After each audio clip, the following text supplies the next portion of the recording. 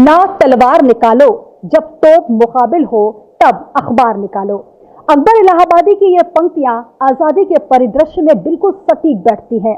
हमने किस तरीके से अपने प्राणों को न्यौछावर करके आजादी पाई और किस आजाद हिंदुस्तान में हम सांसें ले पा रहे हैं। नमस्कार, मैं हूं आपके साथ सुनीता पटेल। आजादी के अमृत महोत्सव में इस खास कार्यक्रम में आप सभी का स्वागत है। और इस वक्त हमारे साथ एक ऐसी शख्सियत है जिन्होंने आजाद हिंदुस्तान से लेकर अब तक के तमाम परिदृश्यों में एक ऐसी इबारत गढ़ी है, क्योंकि एक छोटा सा प्रयास था कि किस तरीके से पूरे हिंदुस्तान में जिस तरीके से आजादी मिली और अंग्रेजों से लोहा लेने वाले जो हमारे वीर सेनानी थे, उन्होंने किस तरीके से इस लड़ाई को लड़ा, किस तरीके से अखबार निकाले गए और इन अखबारों को कैसे संग्रहित किया जाए ताकि आज की पीढ़ी और आने वाली पीढ़ी इससे लाभान्वित हो सके। हमारे साथ इस वक्त मौजूद हैं विजय दत्त श्रीधर जी, जो कि माधवराव सप्रे संग्रहालय के संस्थापक हैं। सर, बहुत स्वागत है आपका। नमस्कार जी, धन्यवाद।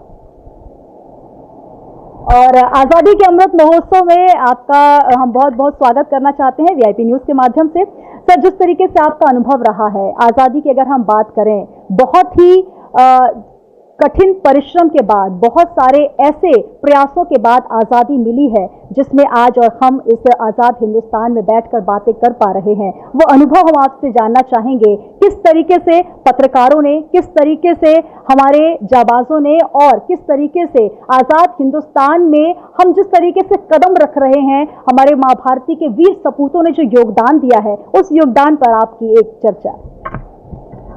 देखिए, आज़ादी की लड़ाई जिन कलमकारों ने अपनी कलम के माध्यम से लड़ी,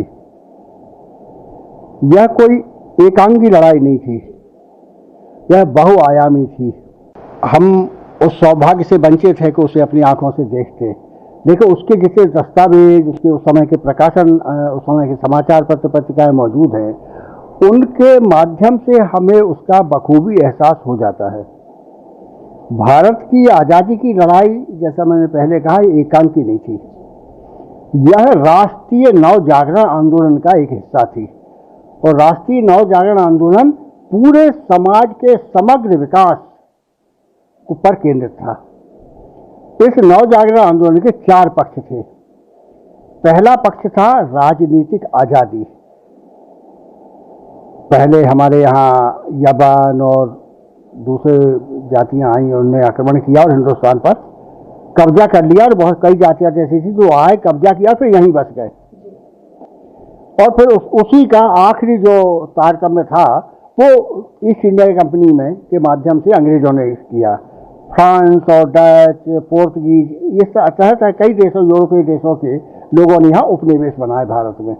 एक पक्ष ये था कि इनसे हमें अपनी आज़ादी हासिल करना है, इसलिए कि स्वतंत्रता से बढ़ के कोई वरदान नहीं होता है और पराधीनता से अधिक विकृत कोई अभिशाप नहीं होता है। छोटे से उदाहरण से देख लें, हम लोग अपने घरों में कई बार पिंजरे में मिट्ठू रखते हैं, बड़े प्यार से मिट्ठू को पालते हैं, उसको चने खिलाते हैं, मिर्ची खिलाते हैं, और वो भी हमसे घुल मिल जाता है। लेकिन जिस दिन आपका उस पिंजरे की फटकी यदि खुली रह गई तो तुरंत वो बाहर निकल के वो आकाश में उड़ जाता है, क्योंकि आज़ादी सबको प्रिय होती है और संभवतः कोई भी अच्छे से अच्छी आपको वस्तु उसके बदले मिल रही हो तो भी लोग स्वीकार नहीं करते हैं, करना भी नहीं चाहिए। तो हमारे यहाँ नव जागरण आंदोलन चला और इसके साथ साथ अखबार भी चले। तो ये भी कह सकते हैं कि भारत में राष्ट्रीय पुनर्जागरण या राष्ट्रीय नवजागरण का आंदोलन और भारत की पत्रकारिता एक साथ चले हैं, साथ चले हैं, आगे बढ़े हैं और एक दूसरे के साथ कंधे से कंधा मिलाकर इन्होंने सहयोग भी किया है। अब हम पहले बात करें समाज सुधार की। उसके बड़े सूत्रधार पुरोधा थे हमारे राजा राममोहन राय, जिन्होंने सती प्रथा जैसी अमानुषिक, जो हमारे यहाँ कुरीति थी, मानसिक व्याधि और बीमारी की तरह थी, वो उसका समूल नाश करवाया उन्होंने, उसके खिलाफ कानून बनवाया और उस पर रोक लगवाई। वो समाज सुधार का एक बहुत बड़ा कदम था। ईश्वर चंद्र विद्यासागर एक बड़े समाज सुधारक थे। उन्होंने एक काम तो ये किया कि बच्चियों के लिए स्कूलों के दरवाजे खोले। उस समय तक बच्चियों को पढ़ाना लोग जरूरी नहीं समझते थे, बल्कि इसके खिलाफ थे। और दूसरा उन्होंने महत्वपूर्ण काम किया कि हमारे बाल विवाह होते थे। छोटी छोटी बच्चियां जिन्हें कुछ भी नहीं समझता है, उनकी शादियां हो जाती थी, तरह तरह की बीमारियां फैलती थी, जिसके साथ हुए मर गया। उस बच्ची को पता ही नहीं उसका विवाह हुआ था, विवाह क्या होता है यही पता नहीं था। तो उन्होंने कहा ऐसी बच्चियों के जिनके बाल विवाह हुए हैं, ऐसी बच्चियों का फिर पुनर्विवाह होना चाहिए। ऐसे अभियान उन्होंने चलाए। उनका बहुत अपमान करते थे लोग, मतलब सड़क चलते हुए कचरा फेंक देते थे, लेकिन वो अपने अभियान में लगे रहे, अंततः सफल हुए और एक परिदृश्य बदला। आज हम यदि देखें उसके 150-200 साल बाद हम ये अंदाज करें तो हम ये महसूस कर सकते हैं, आज हमारे यहाँ आपकी किसी भी प्रावीण्य सूची को उठाकर देख लीजिए, उसमें लड़कों से ज़्यादा लड़कियां स्थान पाती हैं। यह उन्हीं महापुरुषों की देन है जिन्होंने अपने आप को बहुत कष्ट भोगा, तकलीफ होगी, प्रताड़ना झेली, लेकिन अपने लक्ष्य को पूरा करके आए, क्योंकि उनका लक्ष्य पवित्र था और देश के समाज के हित में था। तो ये समाज सुधार के आंदोलन। ईश्वर चंद्र विद्यासागर ने भी पत्र पत्रिकाओं में निकाले। राजा राम मोहन राय ने तो फारसी का पहला अखबार ही हिंदुस्तान में उन्होंने निकाला था। फिर बांग्ला और हिंदी का बंगदूत नाम का अखबार निकाला था। तो ये लोग क्या करते थे कि वो जिस विचार को लेकर आगे बढ़ रहे थे, जिस अभियान को आगे बढ़ाना चाहते थे, उसके बारे में पहले अपने पत्र पत्रिकाओं में लिखते थे और जनता को उससे अवगत कराते थे। हम राजनीतिक आजादी की बात करें, लोकमान्य तिलक 1857 की क्रांति, बल्कि हम मध्यप्रदेश के हिसाब से देखें तो हमारे यहाँ तो जो बुंदेलखंड वाला इलाका है, जिसके कई जिले मध्यप्रदेश में हैं, कई जिले उत्तर प्रदेश में हैं, बुंदेलखंड में तो 1842 में ही एक विद्रोह हो गया था अंग्रेजों के खिलाफ। तो अंग्रेज लोगों का दमन और उनकी कुचालें, उनकी कपट की नीतियाँ इतनी खराब थीं, इतनी ज़्यादा वो प्रताड़ित करने वाली थी, इतनी ज़्यादा वो कहना चाहिए व्यक्तियों का हनन करने वाली थी, मानवाधिकार का उल्लंघन करने वाली थी। वो इंसान को इंसान ही नहीं समझते थे। तो उसके खिलाफ हमारे यहाँ उन अन्याय अत्याचारों के खिलाफ बुंदेलखंड में विद्रोह शुरू हुआ। इतिहास में उसे बुंदेला विद्रोह के नाम से जाना जाता है। मध्य प्रदेश का वो तट जो नर्मदा के तटवर्ती इलाके हैं, वहाँ वो विद्रोह बहुत हुआ। नरसिंहपुर जिले में बहुत सारी जगह हुआ, हीरापुर में हुआ, चावरपाठा में हुआ, वहाँ चरखारी में हुआ, बहुत बड़े इलाके में विद्रोह था। लेकिन अंग्रेजों ने किसी तरह से, और अंग्रेजों ने इसको दबाने में जो सबसे बड़ा उनको साथ मिला वो ये भारतीयों का ही मिला। हमारे ही लोगों ने प्रलोभन में आके हमें जागीरदारी मिल जाएगी, ये हट जाएगा तो हम राजा हो जाएंगे, या हमें ये फलाने ये उपाधि मिल जाएगी, या दीवानी का अधिकार मिल जाएगा। इस स्वार्थ में उन्होंने अपने लोगों से, भारतीयों से, अपने भाइयों से विश्वासघात किया, उनकी पीठ में छुरा भोंका और गुलामी का शिकंजा कसवाने में उनकी बड़ी भूमिका रही। इस तरह की बहुत होती थी। तो पहला विद्रोह हमारा इस तरह से। एक विद्रोह यहाँ 1924 में सीहोर में हुआ। कायदे से वो नरसिंहगढ़ का विद्रोह है। नरसिंहगढ़ के राजकुमार थे कुंवर चैन सिंह। उन्हें निरस्त करके गिरफ्तार करने की योजना थी अंग्रेजों की, क्योंकि उन्होंने अंग्रेजों से मिली भगत करने वाले दीवान को मौत के घाट उतार दिया था। तो उन्हें कोशिश की, उनकी 2 तलवारें कमर में बंधी थी। अंग्रेज ने कहा भाई आपकी तलवार तो बहुत अच्छी, दीजिए। उन्हें दे दिए। उन्हें कहने नहीं ये दूसरी भी दीजिए। वो समझ गए। तो उन्हें कहा नहीं, राजपूत के कमर से तलवार बाहर नहीं जाती, इसकी तलवार उसके जीवन का, उसके शरीर का, उसके अस्तित्व का अपरिहार्य हिस्सा है। नहीं दी। उसे पकड़ने की कोशिश की, उसे खूब युद्ध किया। और हमारे सीहोर में, आज भी सीहोर से थोड़ा बाहर निकले अपन तो थोड़े से बाहर, तो चैन सिंह की छतरी वहाँ आज बनी हुई है, जहाँ उसका चैन सिंह का बलिदान हुआ था। ये 1924 की घटना है। एक और 1842 हो गया और 1857 देखिए। तो उस विद्रोह में भी सबसे ज़्यादा जो क्षेत्र आया है वो क्षेत्र हमारे उत्तर प्रदेश का भी रहा है, ये रहा, लेकिन मध्य प्रदेश का भी बड़ा हिस्सा था। और जो वीरांगना रानी लक्ष्मीबाई, उनका तो बलिदान ही 18 जून को ग्वालियर में हुआ था, 18 जून 1858 को। उसमें जो एक बड़ी भूमिका जिन्होंने निभाई थी, एक तरह सेनापति की भूमिका निभाई थी, वो थे तात्या टोपे। तात्या टोपे वो जो छापा मार या गुरिल्ला युद्ध होता है, जो विशेषता थी शिवाजी में, छत्रपति शिवाजी के युद्ध के कौशल था, जो कि कम संख्या में हमारे पास सैनिक हैं, कम संख्या में हमारे पास हथियार हैं, लेकिन वो छापा मार युद्ध ऐसा होता था कि वो बड़ी से बड़ी फौज पर भी काबू पा लेते थे, उसको हरा देते थे।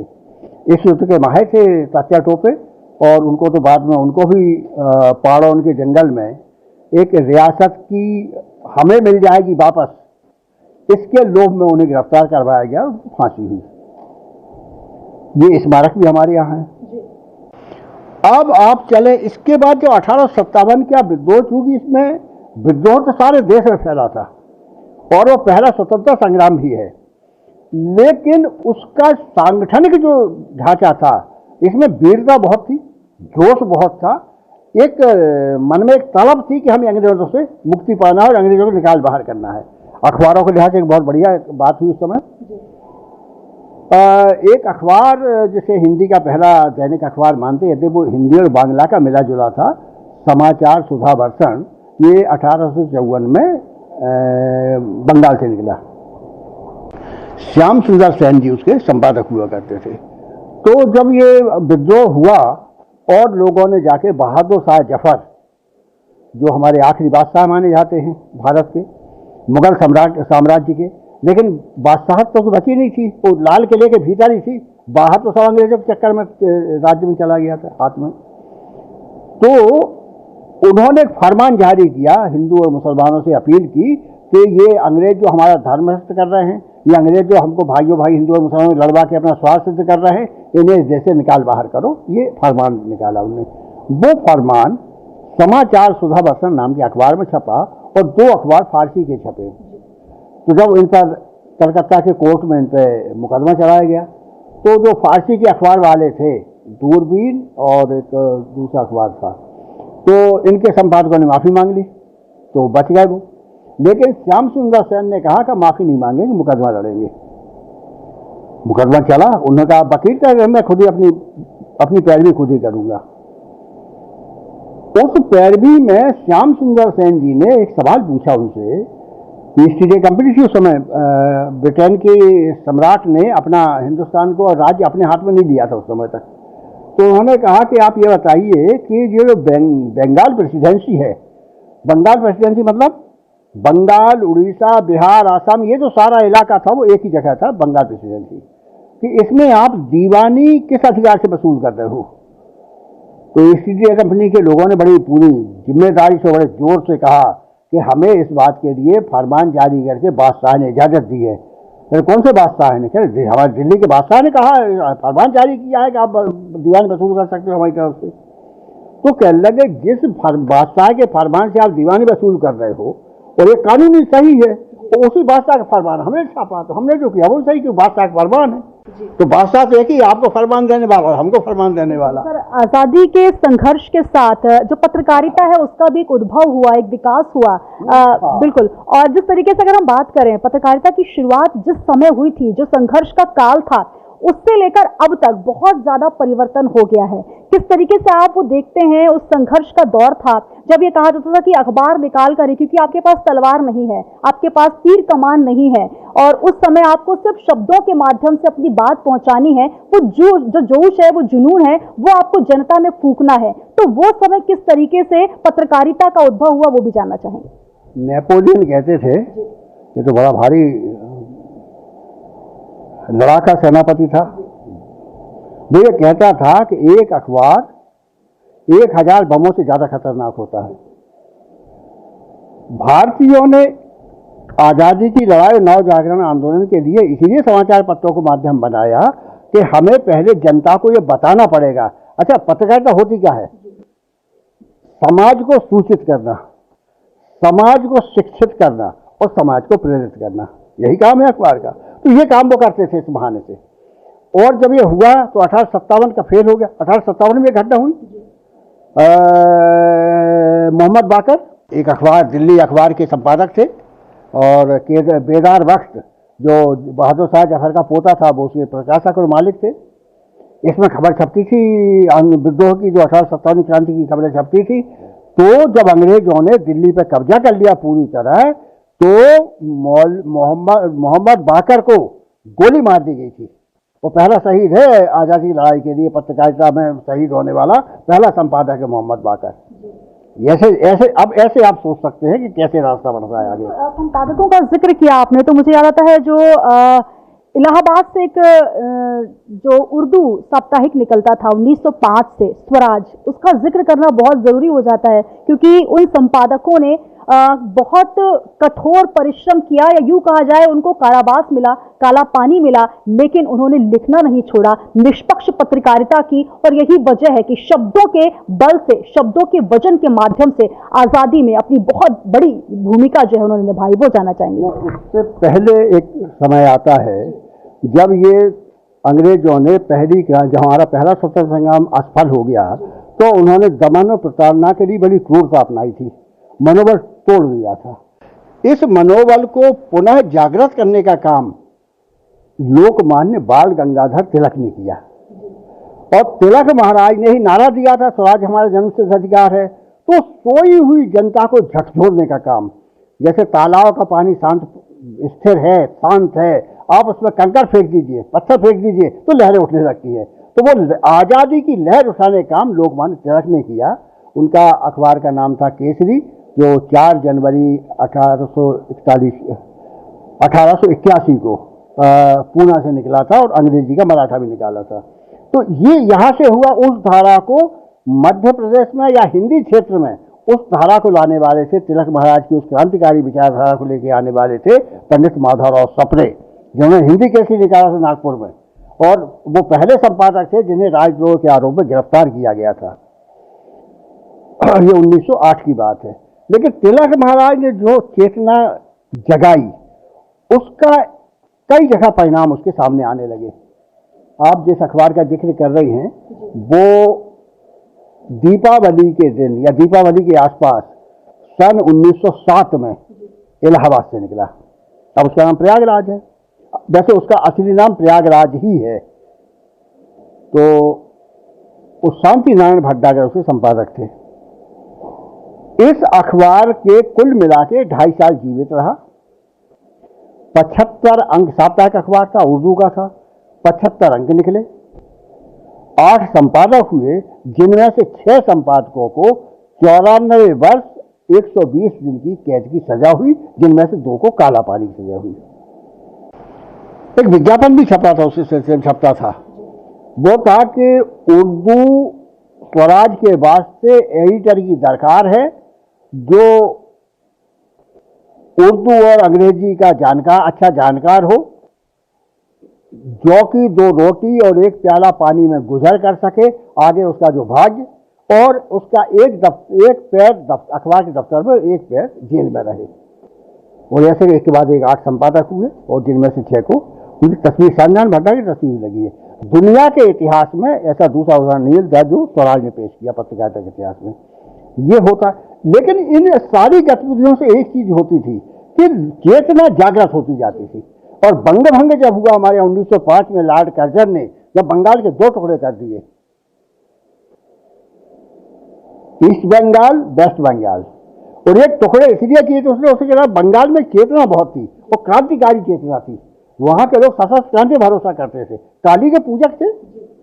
तो बंगाल, हाँ, तो तब वहां से हुआ, उन्हें 2 टुकड़े कर दो, उनकी एकता भंग हो जाएगी। उसके पीछे एक बदनीयती भी थी, वो ये थी कि एक हिस्सा मुसलमान बहुल हो जाएगा, एक हिंदू बहुल हो जाएगा, तो इनका ये जाति और सांप्रदायिक आधार पर भी इनका विभाजन हो जाएगा। वो बीज तो बहुत दिनों से बोल रहे थे, हमारे उसका परिणाम आज तक भुगत रहे हैं हम लोग। तो ये तो उसका किस्सा हुआ।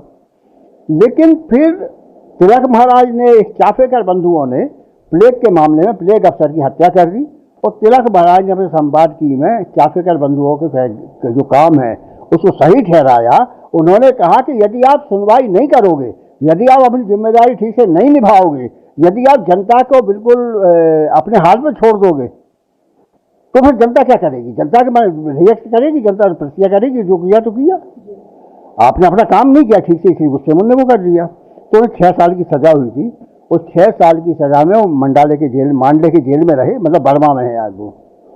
और वहाँ उन्हें गीता रहस्य जैसा महान ग्रंथ रचा, जिसके मराठी का ग्रंथ है वो, और मराठी में गीता पर सबसे अच्छी टीका मानी जाती है।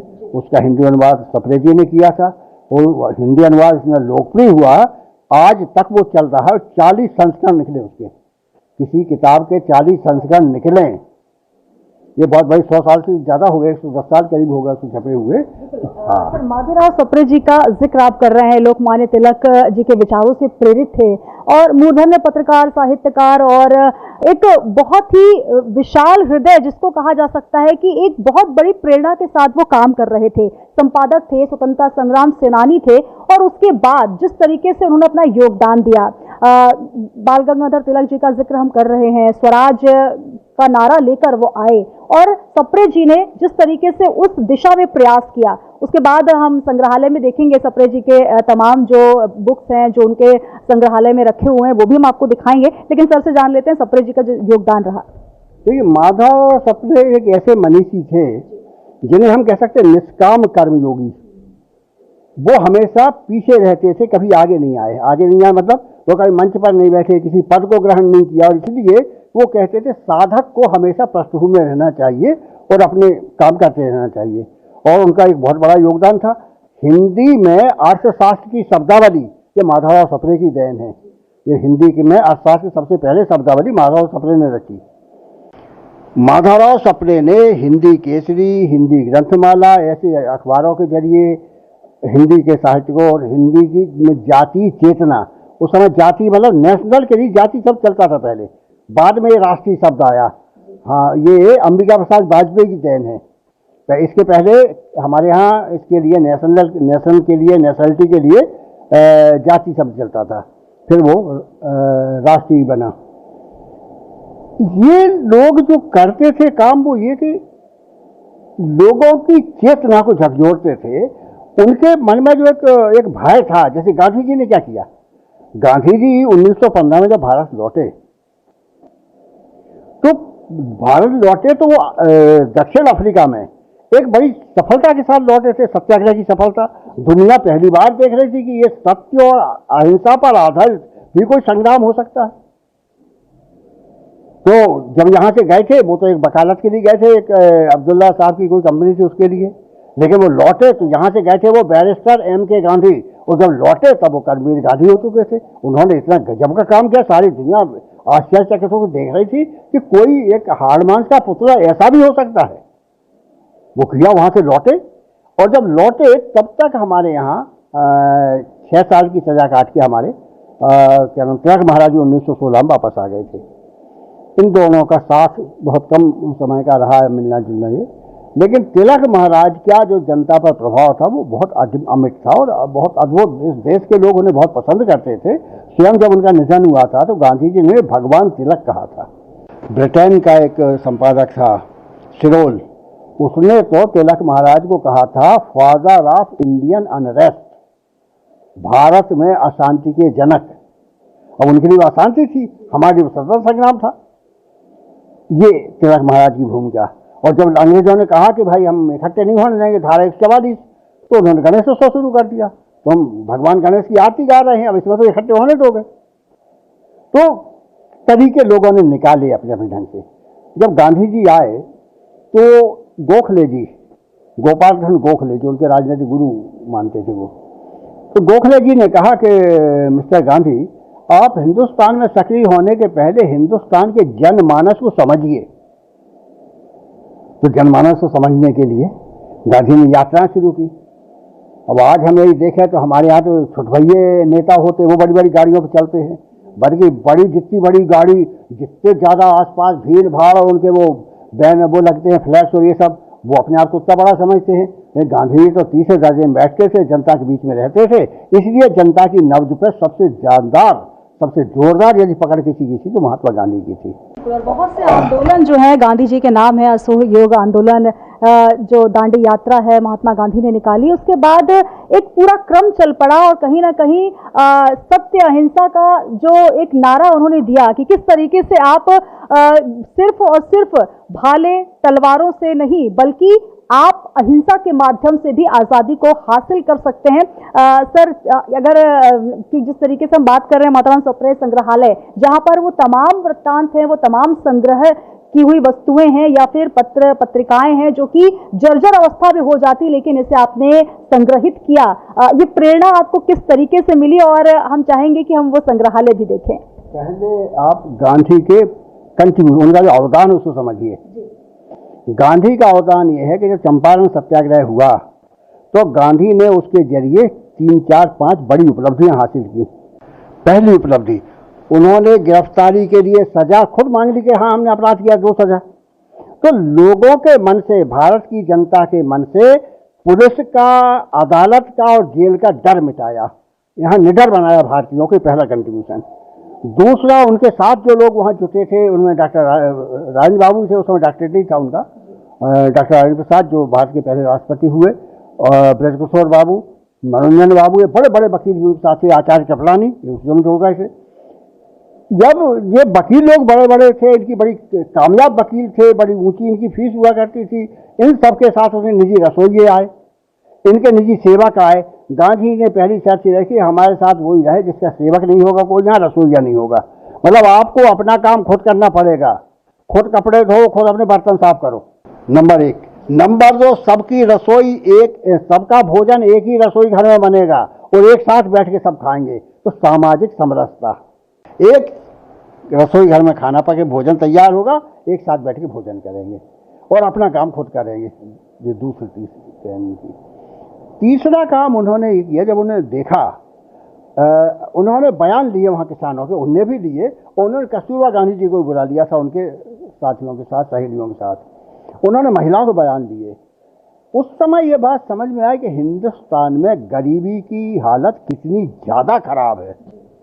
एक घर में 3 महिलाएं हैं, लेकिन वो बयान जब लिखा रहे थे कि आपको कष्ट क्या है इसे, ये नील की खेती करवाने वालों से, आपको तकलीफ क्या है, शोषण क्या है, अत्याचार क्या होते हैं, तो एक महिला ने आके बयान दिया। उन्होंने कहा तीनों इकट्ठे आ जाओ। तो तीनों कैसे आ जाए, जब ये भीतर जाएगी तो ये साड़ी उतारेगी, दूसरी पहनेगी, वो आएगी। तो एक घर में 3 महिलाएं हैं, लेकिन 3 साड़ियां नहीं थी।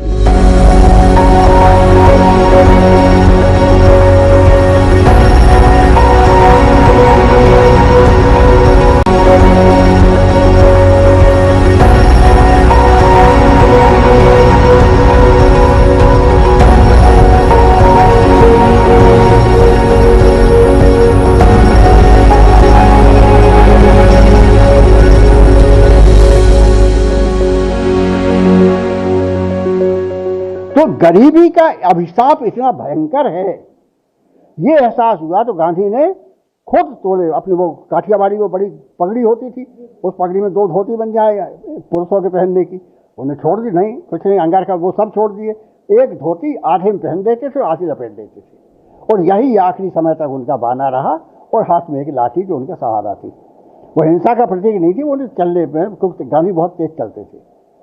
तो गांधी ने हिंदुस्तान को निडर बनाने के लिए, हिंदुस्तान और किसानों का सवाल पहली बार राष्ट्रीय आंदोलन बना उस समय। तो इतने सारे मोर्चों पर एक साथ उन्होंने काम शुरू किया, जिसके आगे परिणाम बहुत सारे निकले हैं। अब ये गांधी जी के परिणाम का जो हम बात करेंगे, तो इसके साथ हमको बीच बीच में यही बात करना चाहिए कि यहाँ क्रांतिकारियों ने बहुत काम किया। सरदार भगत सिंह, चंद्रशेखर आज़ाद, अशफाक उल्लाह, राजगुरु, सहदेव और रामप्रसाद बिस्मिल, लाहिड़ी, एक से एक बड़े क्रांतिकारी, बहुत सारे ऐसे जिनके नाम ही नहीं जानते अपन सब लोग एक बार में लेने के लिए। लेकिन और ये सारे लोग वो थे जिन्होंने बम बनाए, जिन्होंने पिस्तौलें हथियार रखी, क्योंकि हिंदुस्तान को निहत्था कर दिया था अंग्रेजों ने।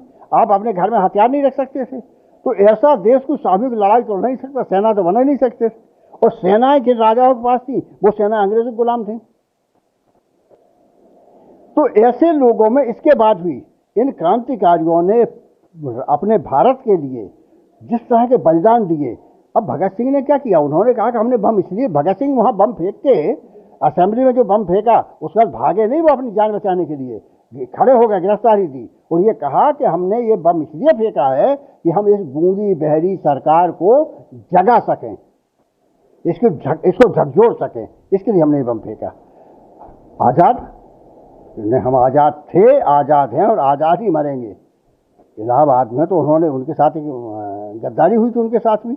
हमारे हिंदुस्तान में एक बड़ी बात रही, गांधी ने कहा भी था ये बात कि किसी ने हमको गुलाम नहीं बनाया अंग्रेजों ने, हमने तो खुद अपनी आज़ादी उनके हाथों में सौंप दी, तख्ती में रखे। तो हमारे गद्दार बहुत रहे हैं, और अंग्रेजों में लाख बुराइयाँ हैं, एक बहुत अच्छी अच्छाई थी बड़ी। वो अच्छाई ये थी कि गद्दारों का उपयोग कर लेते थे, लेकिन बाद में उनकी बहुत दुर्गति करते थे।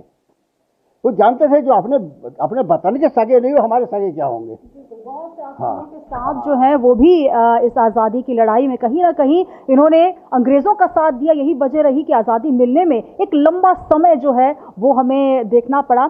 और जब आज़ाद हिंदुस्तान में हम सांस ले रहे हैं, हमारे साथ श्रीधर जी हैं जो कि बहुत से अनुभव साझा कर रहे हैं। और मुझे लगता है सर कि इतने सारे अनुभव हैं कि जिन्हें हमें लगता है कि एक पटल में साझा करना भी बहुत दुर्लभ है। और इतने सालों की जो गुलामी थी उसके बाद जब आज़ाद हिंदुस्तान में हम यूँ बैठे हुए हैं तो कहीं ना कहीं पत्रकारिता का भी योगदान है। और कहीं ना कहीं उन तमाम, चाहे वो नेताजी सुभाष चंद्र बोस हों और कई ऐसे नाम जो आपने लिए, कई नाम हम नहीं ले पाए, लेकिन वो तमाम अमर बलिदानी हैं जिनको आज हम शत शत नमन करते हैं। और 15 अगस्त 1947 जिसे हम आज़ादी के अमृत महोत्सव के तौर पर मना रहे हैं, आज़ादी का अमृत महोत्सव जब हम भारत का आन बान और शान का प्रतीक तिरंगा फहराएंगे तब कहीं ना कहीं हमें इन वीर सपूतों को याद करना बेहद जरूरी है। और ऐसे वीर सपूतों को हम शत शत नमन करते हैं। आइए, आज़ाद हिंदुस्तान में सांस जब भारत ने पहली बार ली, उन लोगों ने लिया, तब कौन सा अखबार निकला, हम आपको वो भी दिखाते हैं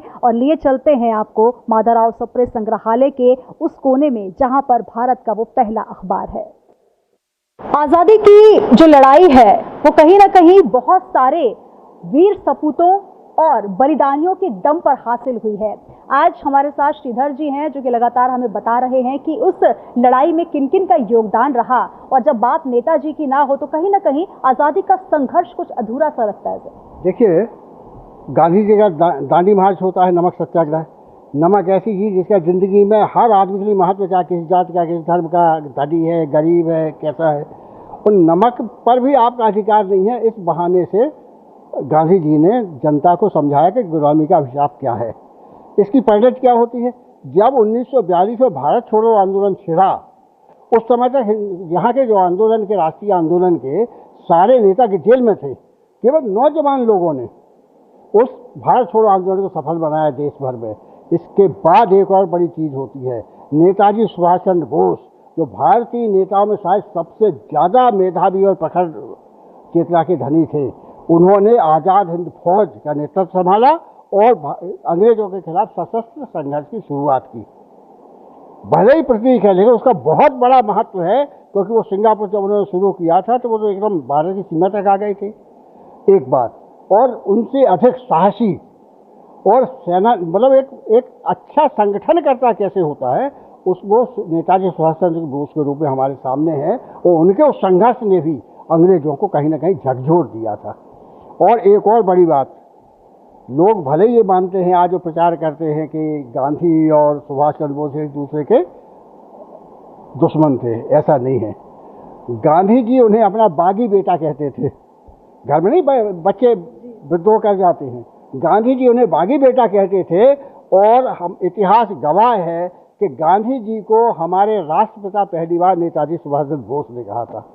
आज़ादी की लड़ाई में नेताजी सुभाष चंद्र बोस का भी बहुत महत्वपूर्ण योगदान है। 1946 में एक और घटना होती है, हमारे यहाँ नौसैनिक विद्रोह होता है। और तब तक अंग्रेज लोग ये समझ चुके थे कि अब हमारा भारत में रहना मुश्किल है, हमको यहाँ से छोड़कर ही जाना है। और उसी का परिणाम निकला 15 अगस्त 1947 को भारत आज़ाद हुआ। आज जिसका हम 75 वर्ष पूरे होने पर अमृत महोत्सव मना रहे हैं। बिल्कुल, तो आज़ादी का अमृत महोत्सव जो कि हम मना रहे हैं और आन बान शान के साथ तिरंगा हम फहराएंगे। और यही आप सभी से अपील है कि अपने घरों पर तिरंगा भी जरूर फहराएं, क्योंकि ये 3 रंग जो हैं ये हमें इतनी आसानी से प्राप्त नहीं हुए हैं। ये 3 रंग जो हैं हमें प्राप्त हुए हैं उन बलिदान सपूतों के बलिदानों की वजह से, जो कि माँ भारती के लिए उन्होंने अपने प्राणों की बलि दे दी, न्यौछावर कर दिया। और ऐसे ही अमर